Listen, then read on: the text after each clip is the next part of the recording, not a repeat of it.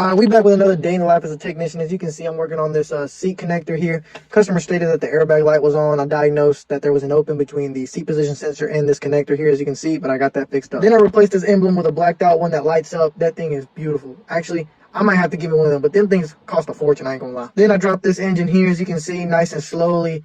It was pretty easy, I'm not gonna lie. Everything came down nicely, no hang-ups, no nothing. But yeah, I'm dropping this engine to replace it. Yes, sir. I diagnosed this engine right here for a underspeed purge pump. So I got that replaced and it took care of that problem. Then I got back on the engine, started to undress it and start transferring parts to the new engine.